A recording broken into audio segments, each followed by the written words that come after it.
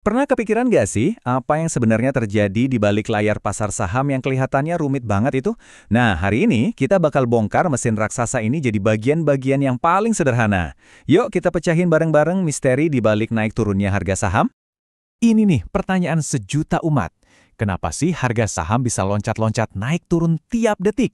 Apa jangan-jangan ada yang lagi mainin tombol di belakang layar?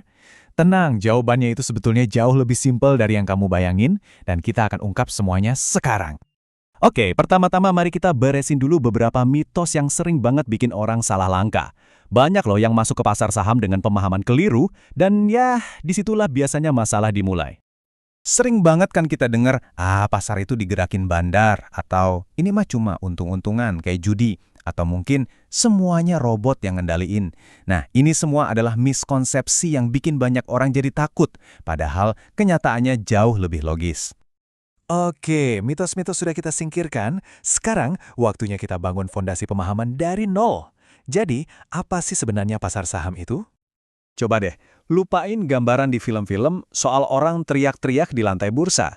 Bayangin aja, pasar saham itu kayak sebuah marketplace online raksasa yang super canggih. Disitulah tempat ketemunya orang yang mau beli saham sama orang yang mau jual saham. Kuncinya cuma satu kata, efisiensi. Tujuan utamanya ada dua. Dari sisi perusahaan, mereka butuh modal buat tumbuh, buat ekspansi. Nah, dari sisi kita sebagai investor, kita dapat kesempatan buat punya sebagian kecil dari bisnis raksasa. Bayangin aja, kita bisa punya secuil dari BCA atau Unilever tanpa harus beli pabriknya. Kalau kita anggap pasar itu panggungnya, terus siapa aja sih aktor yang main di dalamnya? Yuk kita kenalan sama para pemain di balik layar ini. Nah, ini dia ekosistemnya. Ada kita nih, investor retail. Terus ada juga ikan pausnya, kayak dana pensiun atau reksadana. Mereka ini investor institusi yang gerakin duit dalam jumlah masif. Tentu ada perusahaannya sendiri yang jual saham, ada BI sebagai penyedia arena mainnya, dan ada OJK yang perannya kayak wasit memastikan permainannya adil.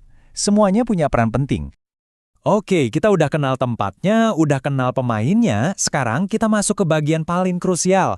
Kita akan bongkar mesin yang benar-benar ngegerakin harga. Kalau kamu paham bagian ini, kamu udah selangkah lebih maju dalam memahami pasar saham. Coba lupain dulu deh semua analisis teknikal atau grafik yang rumit itu sejenak. Karena pada dasarnya, cuma ada satu hukum super sederhana yang mengatur segalanya. Apa itu?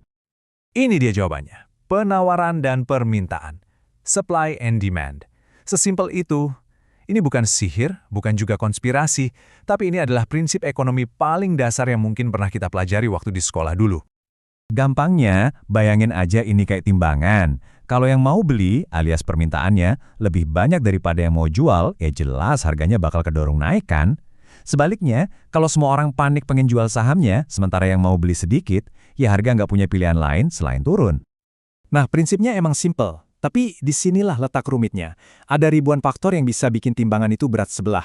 Mulai dari laporan laba perusahaan, kebijakan baru dari pemerintah, sampai sebuah cuitan viral di media sosial. Semuanya bisa secara instan mengubah siapa yang lebih banyak, pembeli atau penjual. Tadi kita udah tahu kenapa harga bergerak.